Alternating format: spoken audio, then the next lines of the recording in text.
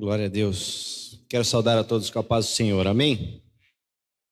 Primeiro livro do profeta Samuel, a partir do capítulo 22.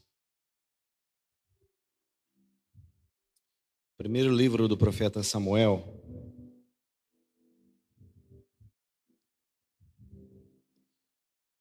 no capítulo 22.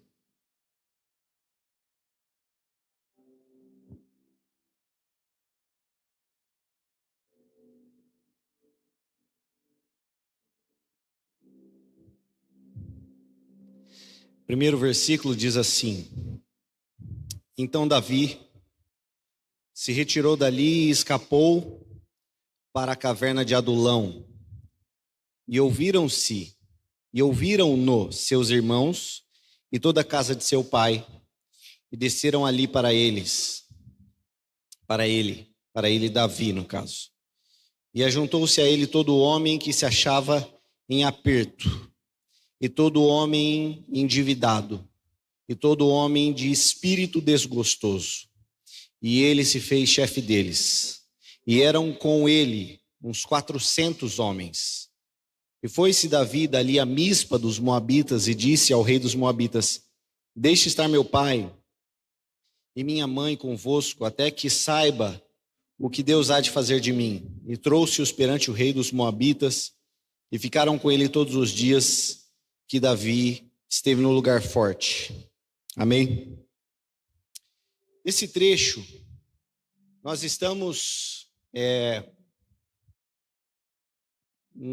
na trajetória inicial de Davi, onde todos conhecem a história desse grande personagem bíblico. O reinado de Saul falha, Deus procura alguém segundo seu coração, e encontra Davi, unge Davi, e Davi então passa a ser notado entre os homens do reino de Israel, notado a tal ponto nas suas vitórias bélicas, que as mulheres de Israel criam um cântico que diz: Saul matou seus milhares, mas Davi os seus 10 milhares. Saul matou bastante gente, mas Davi matou muito mais que isso, colocando Davi num patamar de eficiência maior do que Saul. O problema que Saul vê não era que ele não era admirado pelo povo pela sua capacidade bélica, mas ele vê que tinha alguém que tinha maior capacidade que ele. É a definição de inveja. Não importa o quão rico eu seja, eu tenho que ser o mais rico. Não importa o quão bonito eu seja, não importa o quão bom pregador, ou bom cantor, ou bom profissional. Se alguém aparece com uma distinção a mais, isso traz incômodo para a pessoa. E a partir dessa canção, é curioso perceber como que coisas que a gente concebe dentro da igreja é capaz de fazer com que os irmãos desviem. O primeiro assassinato não foi por causa de uma briga não foi um triângulo amoroso. Não foi porque um mexeu com a mulher do outro. Não foi uma disputa de terra. Foi uma disputa de ego. Porque o culto de alguém foi aceito, e o meu culto e o culto de Caim não tinha sido aceito. Agora, o que indigna Saul não é a traição de Davi. O que indigna Saul não é o fato de Davi estar arquitetando planos para solapar o seu reinado. O que indigna Saul é uma canção. E uma canção que louva os feitos heróicos de um Deus que se importa com o seu povo. Davi sempre disse muito claro para o gigante, ele disse assim: você vem a mim com os seus meios, com as suas estratégias, mas Davi diz: eu vou em nome de. quem vai em nome de, se considera mandatário, se considera representante, se considera portador de uma procuração. E todo mundo sabe que não importa a pessoa que está na posse da procuração, aquela pessoa que recebeu a procuração. Importa aquela pessoa que outorgou, aquela pessoa que deu a autorização para a representação. Deixa eu te dar um exemplo. Se eu quero entrar em juízo, eu preciso de um advogado, sim ou não? Sim. Se eu escolher o advogado João e ele entrar com o meu processo perante o juiz, quem está pedindo ao juiz? Quem tem o direito? É o João ou sou eu? Sou eu que tenho o direito. O João é o meu representante. Mas vamos dizer que dali para frente, o João, a gente se desentende, eu escolho a Maria como minha advogada. Quem continua tendo um direito? É Maria ou sou eu? Sou eu. Davi disse, eu vou em nome de. Eu não estou preocupado com a sua estratégia bélica, mas eu não posso permitir que você avilte o nome do meu Deus. Então, a partir de agora, gigante, eu sou um mero mandatário, um mero representante. Pode vir com o que você tiver, porque eu vou em nome de. E hoje eu vou entregar a sua carne. Hoje vão saber aqui que tem Deus em Israel. E aí, aquele Davi passa a ser, e a Bíblia vai dizer, e ele se conduzia prudentemente por onde quer que ia. Ele era amado pelo povo, amado pela filha do rei, Mical, amado por Jonatas, filho do rei, que passa a ser o seu melhor amigo, e ele é amado de todo o povo. E isso incomoda Saul. E Saul passa então a perseguir Davi, a ponto de querer cravá-lo várias vezes na parede. E Davi se desvia da lança, mas não se desvia de Saul. Porque Davi teria todas as desculpas para continuar fugindo de Saul a partir do momento em que ele está lá tocando a sua harpa na casa do rei. E de repente o rei, Davi tem uma harpa, Saul tem uma lança, cada um ministra com aquilo que está dentro do seu coração.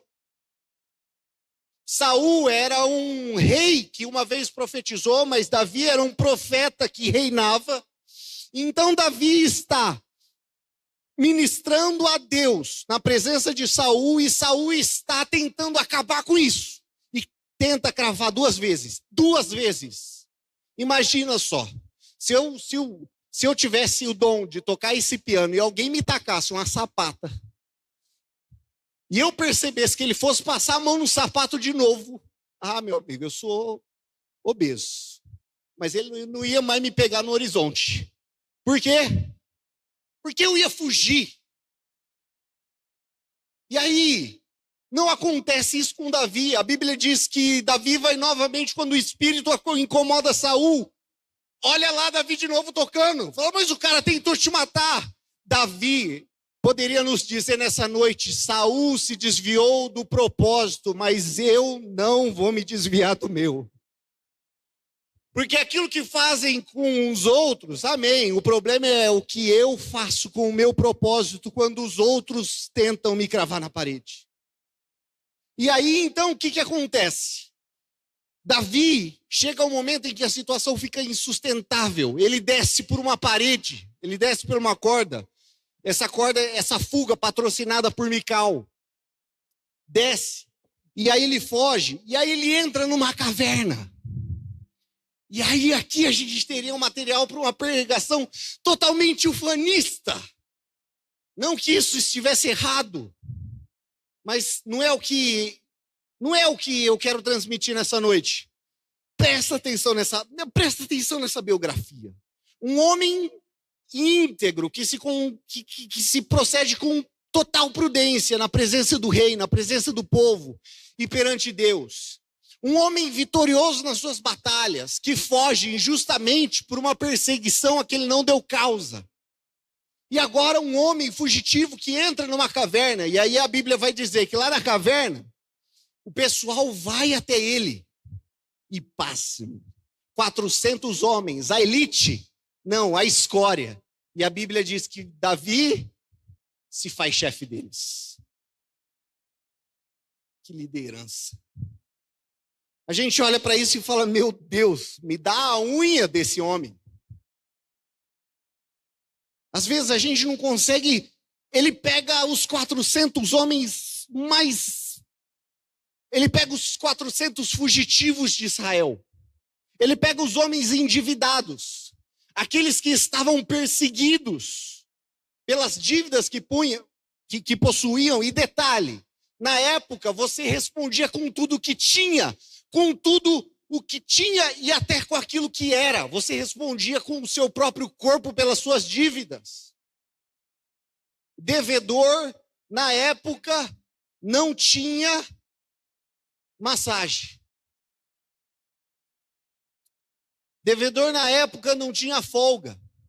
Não tinha, vai cobrar os seus direitos, vamos penhorar os seus bens. Não, o devedor, lembra da história em que o credor ia pegar os 2 filhos daquela viúva? Respondia com tudo que tinha. Os homens que estavam fugindo e queriam continuar fugindo. Os homens que estavam em aperto.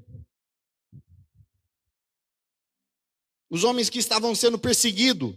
E os homens que estavam em espírito desgostoso. Imagina essa galera. 400 homens. Uns querendo fugir. Entrando na caverna falando... E cada pessoa nova que entrava naquela caverna era um potencial credor que achou o endereço dele. Porque quem está fugindo tem dessa. Ele acha que todo mundo vai, uma hora ou outra, vai... É o pesadelo dele.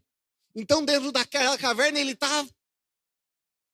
em total alerta, e todo mundo que entra, e Davi, calma, é só mais um, calma aí, não, ele é dos nossos, não, calma. Os homens em aperto, os homens angustiados, e os homens de espírito desgostoso, os homens que queriam entrar na caverna para fugir, os homens que queriam entrar na caverna para ficar, e no meio deles, os homens de espírito desgostoso dizendo, não vale a pena mais não. E aí você vê Davi chegando, né? Numa ótica hollywoodiana, aquele rapaz, aquela lenda entrando naquela caverna, aqueles homens se chegando a ele junto também com a sua família. Imagina a cena, a sua família foi ter com Davi. Lembra de Eliabe? Aquele camarada que topou com Davi quando Davi foi perguntar do gigante. E aí ele falou, o que vão dar para quem matar esse gigante? Eliabe topa Davi e fala, bem sei eu da tua presunção, rapaz. Davi não perde tempo no argumento, se desvia, começa a investigar, vai lá e derruba o gigante. Aquela pessoa que desacreditava ele, o seu pai, Jessé, que tantas vezes abandonou ele no campo, aos leões e ursos, e que nem lembrou dele quando o profeta Samuel falou assim, dos teus filhos vai sair o rei de Israel. O pai dele, o que Davi faz? Tamo junto. Aí você fala, que liderança. Puxa vida,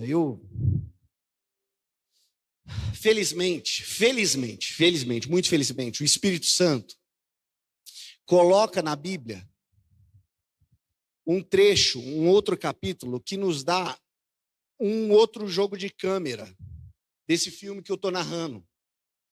Porque a partir de Samuel capítulo 22, eu tenho a impressão de um homem que parece que os seus problemas são todos externos. As perseguições estão alheias a Davi. E Davi é um aço. Por quê?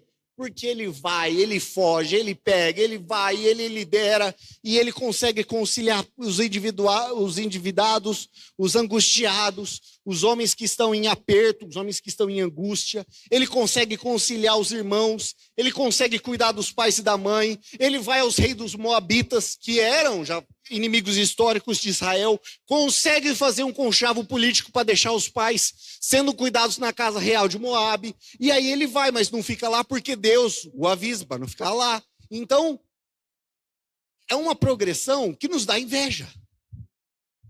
Mas abram por um momento a sua Bíblia novamente, no Salmo de número 142.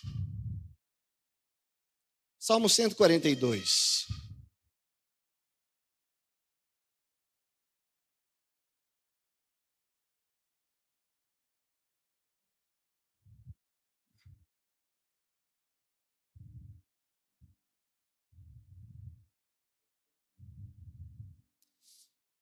Dependendo da versão da sua Bíblia, na epígrafe vai estar escrito assim: Masquil de Davi, oração que fez quando estava na caverna.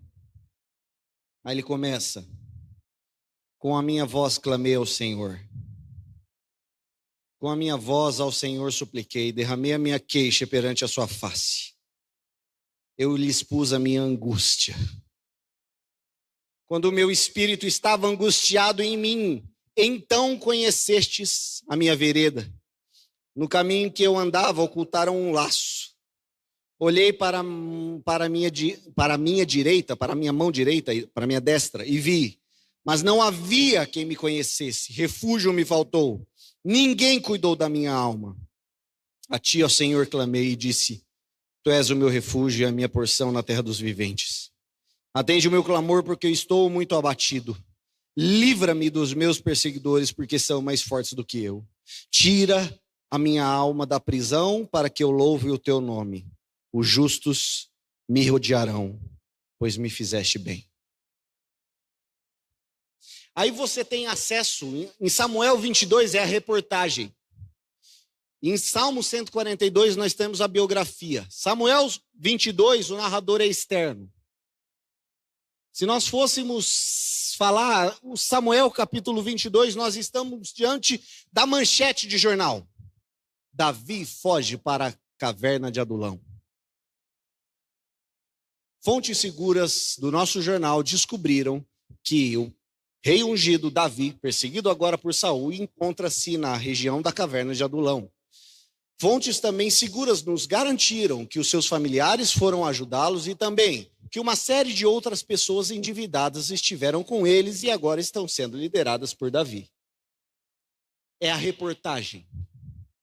Mas aqui nós temos a confissão de uma alma aflita, de alguém que não transparece ser o herói que a gente viu no capítulo 22 de Samuel.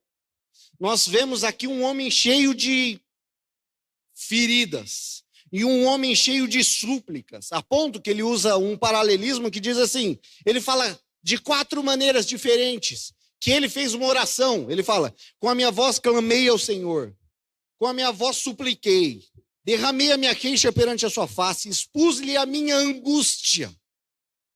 E aí ele fala, quando o meu espírito estava angustiado, ele narra que apesar de nós não conseguimos perceber nele, esse herói que a gente viu no capítulo 22, nós temos agora um homem aflito, prostrado em oração, dizendo, Senhor, me ajuda. Temos então Davi, numa situação em que ele está dentro da caverna. Sabe, meu querido, às vezes, na nossa vida, a gente passa a ver a história de grandes homens de Deus, e a gente olha para eles e fala, meu Deus, que biografia. Meu Deus, que potencial que ele tem. Meu Deus, olha como ele faz as coisas bem. Esse rapaz é um ícone da nossa igreja. Ele, meu Deus do céu, ele é um escolhido teu. Mas isso não tira e não nos garante que a nossa vida enquanto cristãos, será uma vida em que nós não nos sentiremos angustiados e sopesados pelo peso da tarefa que Deus nos deu. Eu acredito muito que o contexto histórico nos dá uma riqueza de detalhes. É como eu colocasse agora na sua frente o pano de fundo da oração do 142, dizendo, foi nessa situação de vitória, mas quem imaginaria que o grande Davi, o líder de 400 homens, de agora 400 homens, teria uma história tão difícil? Davi era capitão do exército de Saul, capitão de 1000. E aí nós temos então Davi sabendo liderar homens treinados. Davi, sabendo liderar homens que já compunham o exército. A Bíblia vai dizer que o exército de Saul estava parado enquanto o gigante desafiava. Davi chama a responsabilidade para o peito, derruba o gigante, e aí o exército, por causa dessa vitória, se move. A Bíblia vai dizer, então, o exército de Israel perseguiu os filisteus até Ecrom. Ele tinha a ciência de como colocar um exército treinado em movimento. Mas agora ele não tem um exército, ele tem homens que estão em situação emocional vulnerável, e mesmo assim ele consegue se colocar como líderes desse homem. Mas aqui está o segredo. É como se no eco daquela caverna, onde ninguém via o grande herói Davi, aquele homem que tinha a admiração das mulheres de Israel. Ali vai aquele que derrubou 10 milhares. Ali vai aquele que derrubou o gigante e cortou a cabeça daquele rapaz, daquele gigante lá, o tal do Golias que desafiou durante 40 dias o nosso povo. Aí vai o grande Davi no eco daquela caverna. A gente encontra um homem prostrado em oração, dizendo: Senhor, tem misericórdia de mim. Deus, imagina essa oração. Deus, eu estava tranquilo lá atrás das minhas ovelhas, tocando a minha harpa. Eu nunca distribuí currículo para ser rei de Israel. Eu nunca bati na porta de Samuel pedindo assim: tem alguma unção para mim aí? Eu estava muito bem cuidando das ovelhas do meu pai. E eu ia morrer feliz como um cuidador de ovelhas. Eu não pedi para estar aqui. E agora eu estou sendo perseguido por uma situação que eu não causei. Olha esse grande homem, agora prostrado, dizendo: Senhor. E aí ele fala uma oração que eu acho muito legal. Ele fala assim: quando meu espírito estava angustiado. Pensa você, pensa Davi. Um homem de batalha, um homem de influência, mas que nem a habilidade bélica dele conseguia livrar ele das perseguições. Ele era genro do rei. Se alguém tinha contato político na época, esse alguém era Davi. Ele era amigo de Jonatas. Se alguém tinha contato, se alguém tinha gente para interceder junto ao rei, esse alguém era Davi. Mas ele está aqui expondo a sua crítica, sua angústia. E angustiado perante Deus, ele diz assim: o meu espírito está angustiado. Tem alguém aqui que está angustiado nessa noite?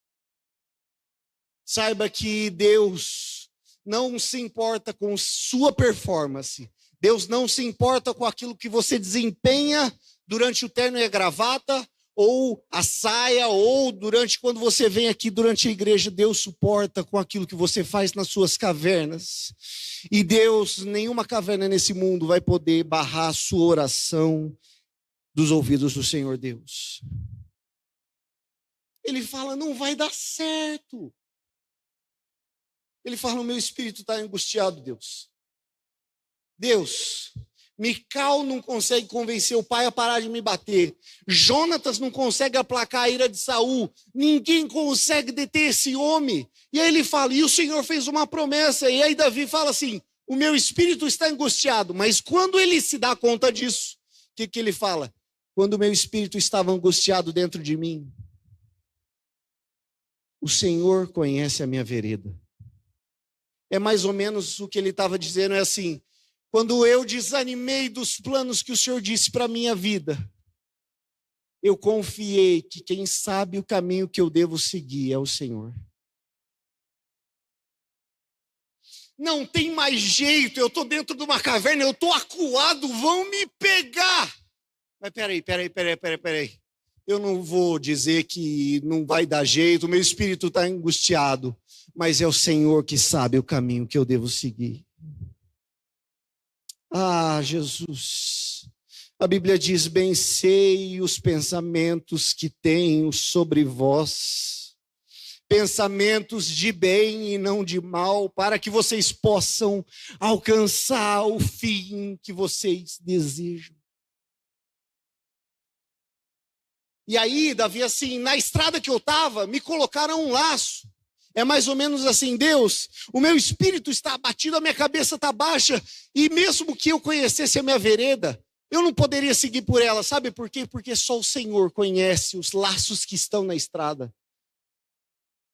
E quando toda essa armadilha se levanta, Davi, o grande Davi, grande homem de Deus, o homem que tinha Jonatas como seu braço direito, ele diz: eu olhei na minha mão direita e vi, não tinha ninguém por mim. Todos os homens de Deus parece que passam essa caverna. Paulo, certa vez, ele disse: ninguém me assistiu na minha primeira defesa. Ninguém estava do meu lado para me ajudar. Refúgio me faltou. Ninguém cuidou da minha alma. O homem que era capitão dos exércitos de Israel. O homem que talvez teria tudo para dizer, todos os escudos humanos, para dizer, ou para recorrer, ou para fazer qualquer coisa, ou para buscar ajuda nos reis, ou fazer aliança com o rei dos Moabitas, com todos os povos daquela região. Ele disse assim: ninguém me ajudou. Mas Davi sabia que mais do que as influências políticas, mais do que a sua capacidade bélica, e mais do que aquilo que ele poderia oferecer, ele disse assim: refúgio me faltou. E Davi sabia o endereço certo. A ti, Senhor, clamei e disse: tu és o meu refúgio e a minha porção entre os viventes. Livra-me, vem, atende o meu clamor e livra-me dos meus perseguidores, porque são mais fortes do que eu. E aí Davi vai dizer o seguinte, eu concluo: tira-me desta prisão. Tira-me desta prisão e assim eu vou louvar teu nome. Nem toda prisão que enfrentamos na nossa vida tem grades. A maior delas, talvez, não tem paredes. Algumas prisões na nossa vida são situações em que a gente não teve como fugir. Uma doença, uma situação familiar, uma situação na igreja, uma situação no trabalho, as privações de ordem econômica.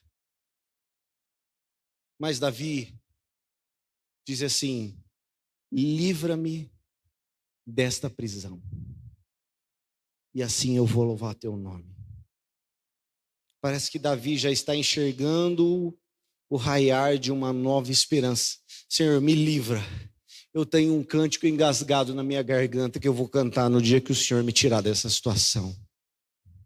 E assim eu vou estar no meio da tua congregação dizendo: Ele é bom.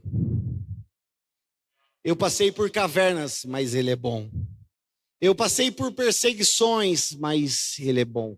Eu passei por agruras, eu passei por angústias, mas Ele é bom. Ele continua sendo fiel. Tira-me dessa prisão para que eu louve o teu nome. Os justos me rodearão, pois me fizeste bem.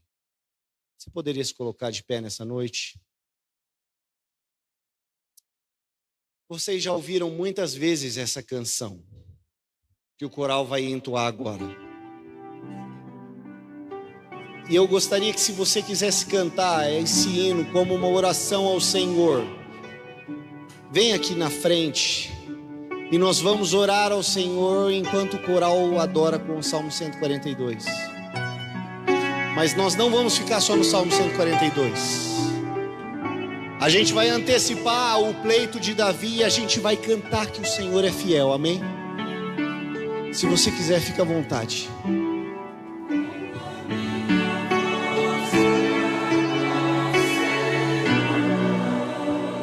Clame a Ele nessa noite.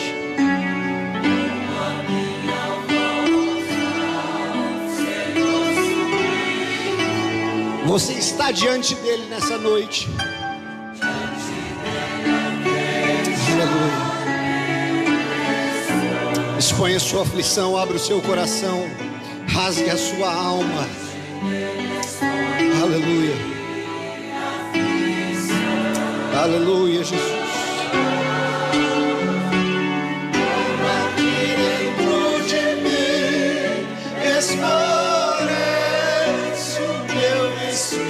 Só o Senhor Deus.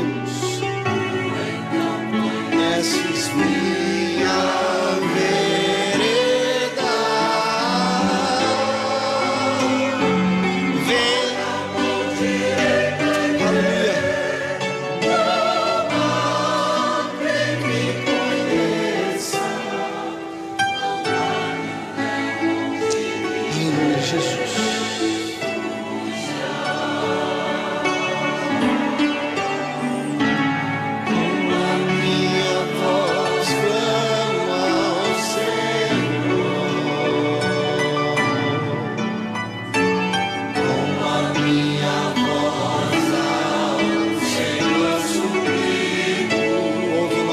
Essa noite, Deus.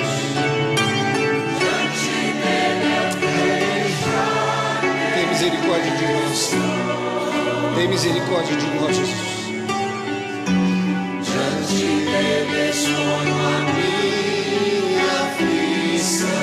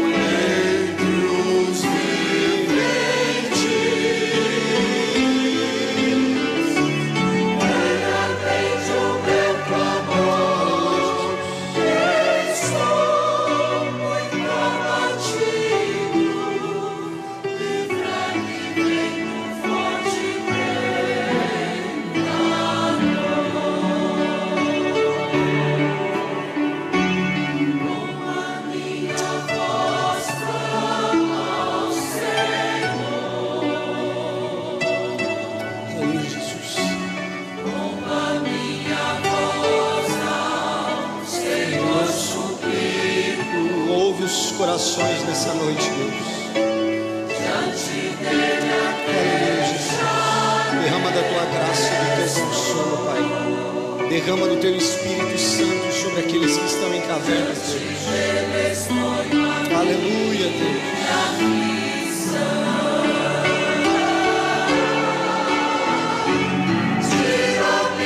Esta prisão.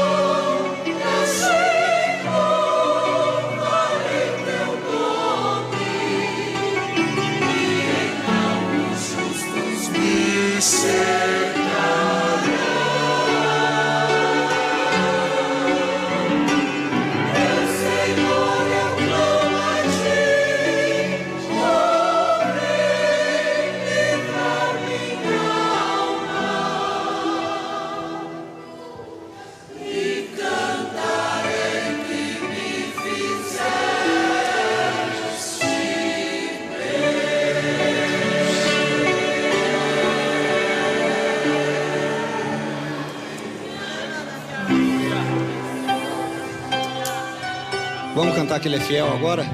Agora que a caverna passou, vamos adorar Ele? Em todo tempo Tu és tão bom. Todo foi eu cantarei a bondade de Deus. Vamos de novo, és fiel.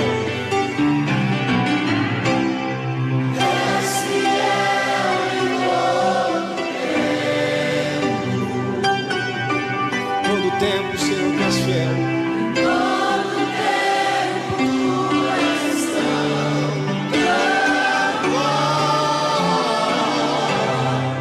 Todo fôlego que tenho, eu cantarei a bondade de Deus.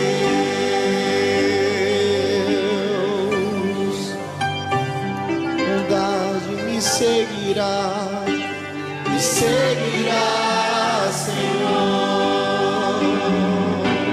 A bondade me seguirá, Senhor. Adorei. A bondade me seguirá, Senhor.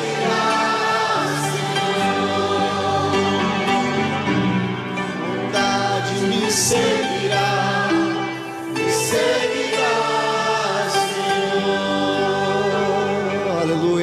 Aplauda o Senhor nessa noite. Obrigado, Jesus. Amém. Glória a Deus. Glória a Deus. Podeis assentar. Nós já estamos encerrando o nosso culto.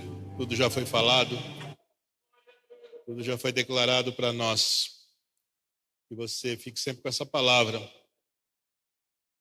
Algumas coisas que chamam a atenção no texto. Esse capítulo 22 é que eles estão numa caverna mesmo, caverna de Adulão. E já no capítulo 23 eles já estão fugindo de Saul pelo deserto de Zif. De um lado 3.000 homens de Saul já o perseguem, ele foi entregue. Naquele tempo também tinha isso, viu, Saulo? Tem que vigiar, né? O pessoal do deserto ali já entregou ele teve que fugir com seus 600 homens, já está com 600 homens ali. Foge pelas ladeiras, ele não pode enfrentar 3.000 homens do exército de Saul, elite do exército. Só tem como fugir, eles fogem por uma ladeira ali, não tem como fugir. Mas diz a Bíblia que apareceu um jovenzinho e disse: Saul, os filisteus invadiram a terra, vamos fugir.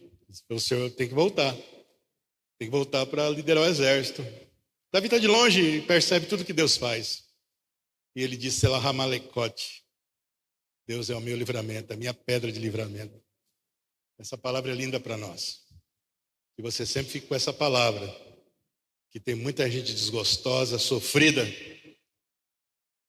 Mas aí tem alguém que faz-se líder deles. Impressionante isso, né? No capítulo 23 do segundo livro de Samuel diz que um deles, brandindo a lança, matou 800 de uma vez. José Bebacebete, o Jabezão. É isso, né? A nova versão internacional chama ele de Jabezão. O Eleazar, ele matou tanto filisteu que ficou grudada a lança na mão dele, né? O Samá, então, fez pior. Matou uma companhia inteira de filisteus porque queria pegar a plantação de lentilhas. Que coisa. E tudo isso, Dani, é para nós entendermos o tamanho de uma liderança cheia do Espírito de Deus. Deus te usou muito aqui hoje para nos trazer essa palavra. Esse texto tem problemas, obviamente, porque lá no finalzinho da lista do capítulo 23 tem um camarada chamado Urias. Então tudo que nós fazemos na nossa vida deve ser debaixo da mão de Deus. Sempre. Esse texto mostra isso. E o mesmo homem que liderou homens que ousadamente mataram tantas pessoas, esses que estavam na caverna, é o mesmo que depois levou Urias para a morte por causa de um relacionamento fora da direção de Deus. Que tudo isso fique para nós. Que isso seja aprendizado para nós.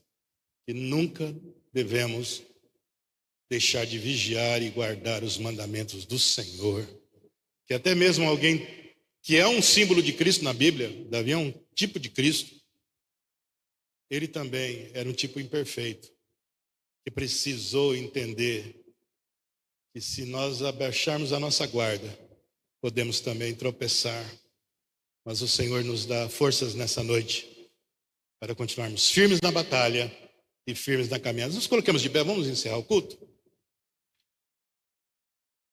Deus falou poderosamente através das mensagens. Não posso deixar de perguntar a alguém que gostaria de entregar sua vida para Jesus, veio aqui a primeira vez, que ouviu essa mensagem, entendeu o significado de toda essa explanação sobre a vida do homem chamado Davi. Primeiro livro de Samuel, capítulo 13, verso 14, diz: não subsistirá o teu reino, já tem preparado Deus um homem segundo o seu coração.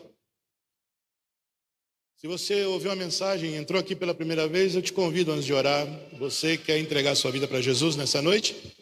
Quer aceitar ao Senhor como seu Salvador pessoal? Tem alguém nessa noite que gostaria de entregar sua vida para Jesus? Se tem alguém, esse é o dia, essa é a oportunidade. Tem alguém?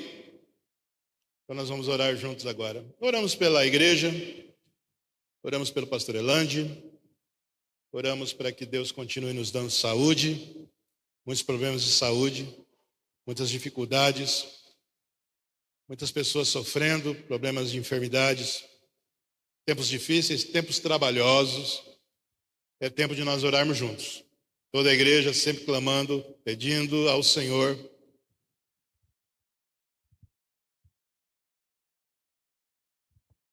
Criança que o Fran citou aqui, o Davi, oremos também por essa criança, oremos por aqueles que estão hospitalizados. A recuperação do Pedro está chamando a atenção de o que Deus fez com ele, mas vamos continuar orando, vamos continuar intercedendo. Hoje nós tivemos aqui um testemunho impressionante do que Deus fez na vida. Como é que é o nome dele? do Nascimento. Quem talvez tenha gravado na internet, os irmãos assistam, porque foi muito edificante. Depois de um derrame tão sério, ele voltou, está andando, deu um testemunho. Que os irmãos continuem orando, Deus faz milagres, amém? O Deus que nós servimos opera maravilhas. O Deus que nós servimos, Ele é fiel. E que nós continuemos pensando dessa forma: Deus, Tu és o meu milagre, eu creio na minha promessa, faz o Teu milagre na minha vida. Senhor, eu Te agradeço pela mensagem, pela ministração, pela vitória, pela graça, por tudo que o Senhor fez e continua fazendo em nossas vidas. Tu és um Deus poderoso e bendito. Tua mensagem é poderosa e edificante para nós, para que continuemos caminhando e vencendo e triunfando, Senhor, mesmo quando nós encontramos tantas adversidades. Como Davi, no capítulo 30 de 1 livro de Samuel, encontra os seus homens querendo apedrejá-lo por causa da destruição de Ziclag e das famílias que foram levadas cativas. A Bíblia diz que ele se esforçou no Senhor seu Deus. Nessa noite, nós nos esforçamos, Senhor, para vencer e para vencer diante do Senhor. Porque tudo que Davi fez, ele fez diante do Senhor. Certo e errado, ele fez diante do Senhor.